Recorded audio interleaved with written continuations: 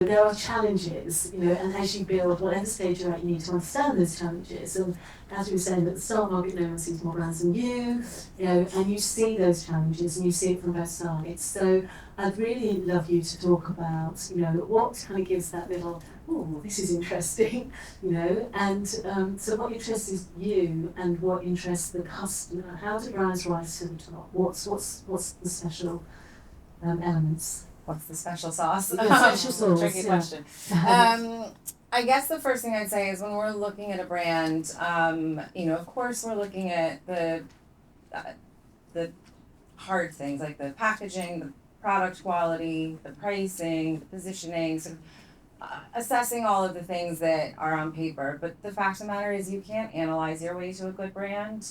A good brand is about the emotional side, especially in beauty, and tugging on the heartstrings of the customer. And ultimately, that is what we are looking for, is something that we feel an emotion about, because that is what motivates someone to buy in beauty. I think most brands, you can't look at starting a brand as a gig, right? Like, it's going to be a 15 to 20 year journey and you still might not get to $400 million. And so I think it is about being on that journey of delivering for the customer, and you have to be passionate about the means, not the ends, and that like really exciting and delighting the customer. And those are the brands, like, you can really feel when it's genuine. You can really feel if that's what a founder cares about, if they care about their product and they care about their consumer, the way that Estee was talking, like that's the realness that we're looking for. Yeah. And so Claire, I really wanted to talk to you about that because, it is that visibility and clarity, because you've got to say a lot when you come into a store, knowing they'll have already seen a lot, and land them.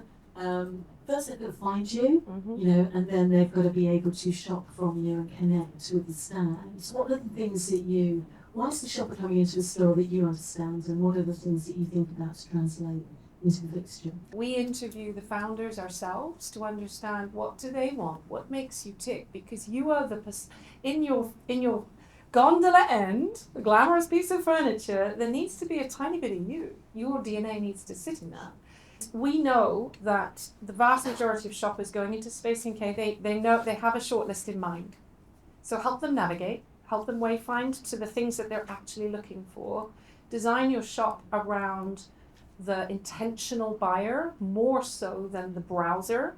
We're still looking for inspiration, but give me that inspiration when you've shown me what I'm looking for, and denote some of the great things that I see done is how we're connecting the social, what was seen on social. You've done that beautiful lip work at the London store at the front so that you're able to see what's trending and the best sellers are pulled up front.